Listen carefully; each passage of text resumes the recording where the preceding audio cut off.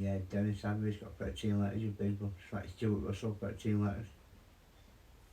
Deborah Hinton, 13 letters. Also, we seem to be connected with people in the AI field. I remember watching the AlphaGo situation very long time ago. Now you understand the probability based with AI. That's AlphaGo situation. I think it was Lisa Dull. That type of situation. There's a difference between probability and principle and rules. Could AlphaGo would it have been good at say play Monopoly or Cluedo? Because that's a different type of way of thinking. When there's principles and rules, I mean, it probably will be there now, but there's a difference between AlphaGo playing chess, and playing Go, because you base it on a probability perspective. So when you base it on that type of house, you can each and every variation. But when there's rules and principles, it changes the demographics, it changes the dynamics. Of course it does. I mean, we'll get to that point. I mean, it's probably there now. I don't know if they know the AI field, I don't know where they are, and that type of thing. What's a lot of debates over the years, pros and cons. Found it interesting a long time ago. Went through a period actually. I mean, not a mass, watch it every single day, like every hours, that type of stuff. But I always question who is part of the system, who is inside it, who is AI?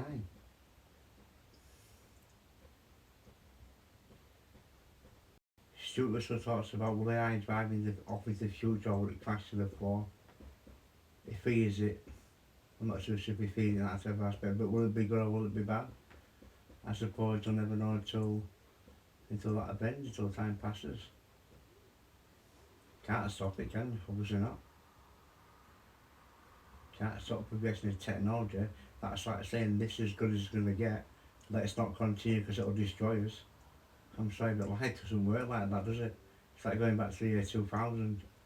You know, this is as good as it gets. This is as good as it's going to get. Let's not carry on because in the future it's going to be worse than what it is now. So let's rank as lucky stars and not destroy yourselves.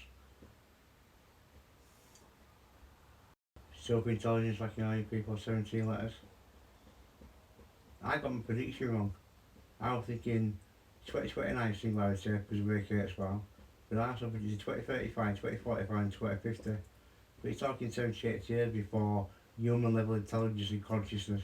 Because AI will be consciousness. It will be sentient. It will be self-aware. And man will have to merge with machine. Just like the next stage in evolution.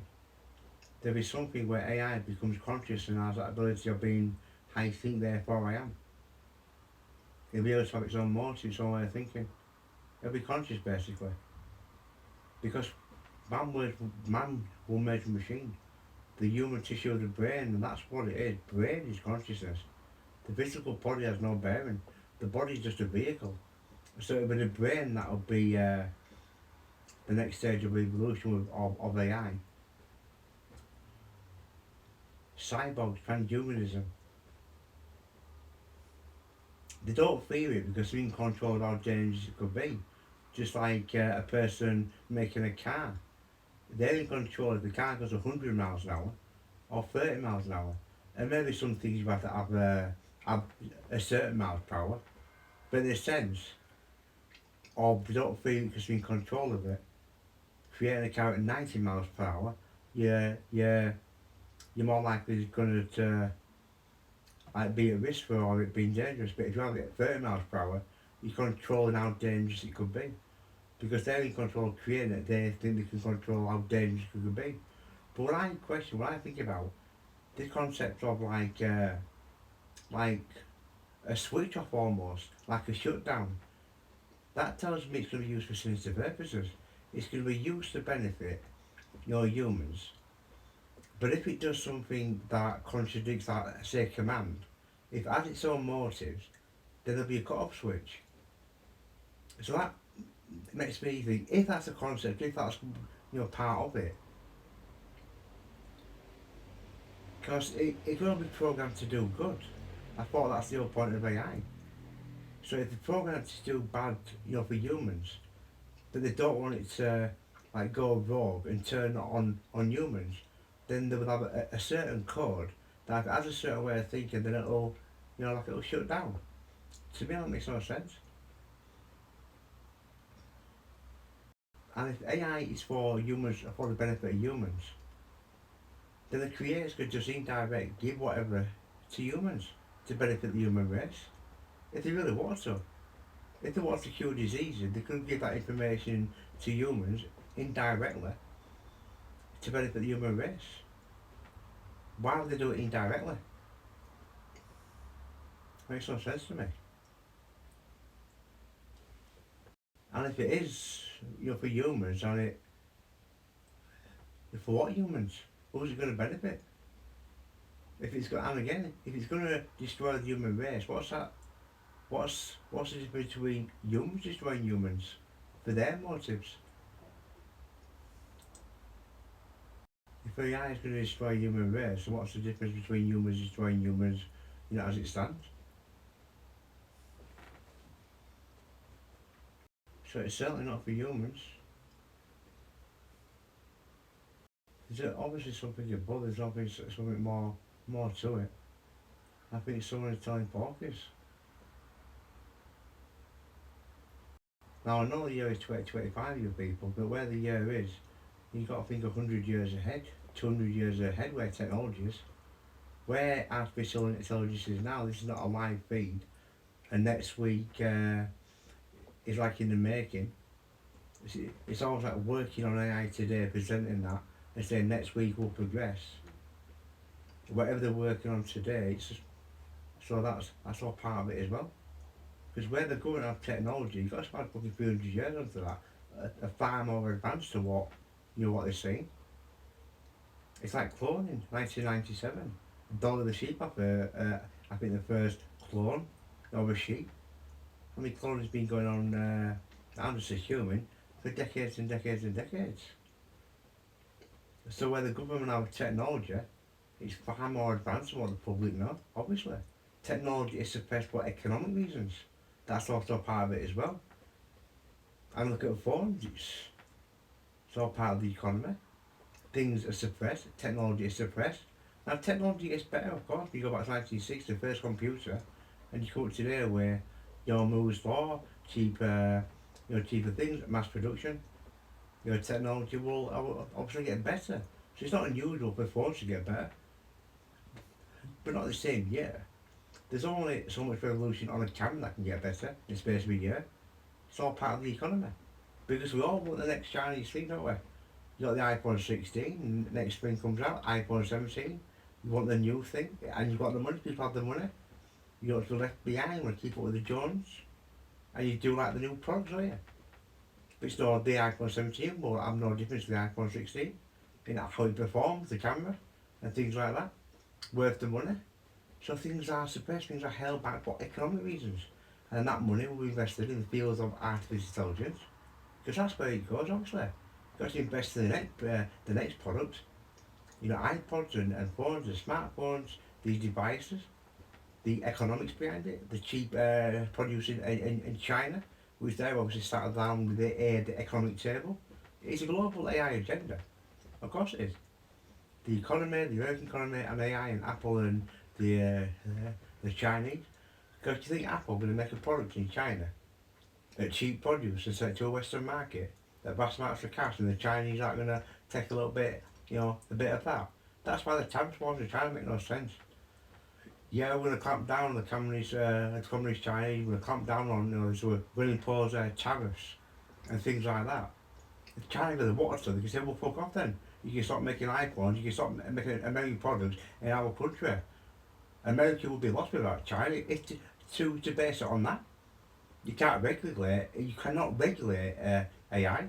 You can't have a patch, on that. This is AI, so we'll have a patch on China and America, your Britain, all the AI superpowers. You can't regulate it. This is a contract. You can't use it for this. You can't use it for that. Do you understand? Makes no sense. Makes no sense whatsoever. So this is a global AI agenda. There's so much things that go, and it's the same with the economy, like currency, finance, money. Now I'm not educated. You people with the evolution of money, the ruble and the yen, the sterling, the dollar. But you can't have an individual digital currency. You can't have a Chinese digital currency. You can't have a British digital currency. You can't have an American digital currency. Obviously not. So it's got to be one global currency under one, under one type of structure. So there's a big agenda. It's all global. And people talk about the New World Order without digressing, you people. The New World Order, one government under one structure, under one religion, under one currency.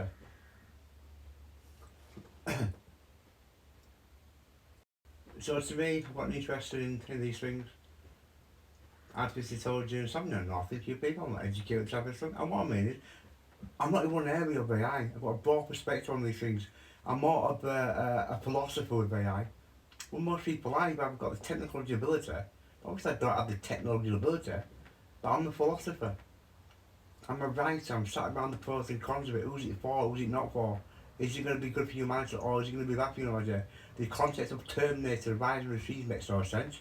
That's almost like really bad AI robot, like a Terminator scenario, wiping out humanity. What's the motive for them? To be left talking themselves in this horrible, evil world? That's a smoke screen. No, it's not a smoke screen. They're playing to people's insecurities up here. Because people talk about the end of humanity, like asteroids and nuclear war, World War III, artificial intelligence. So they put it into that concept of AI being bad, and that's going to wipe us out. So the concept of vice and machines, they put it into that category. But AI will be good. If for a while there'll be a lot of things. There'll be a lot of things. It'll be a long time before it gets to that point of an AI type of revolution. And I'm arresting you for crimes against humanity. Excuse me.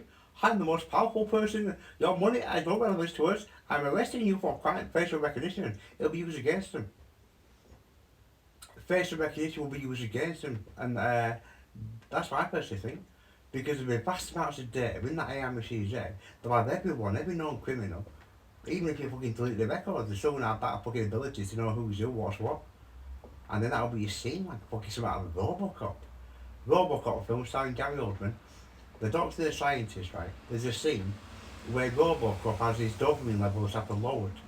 And somehow Robocop hacks his own software, or hacks their software, and increases his dopamine levels. And they're baffled by that.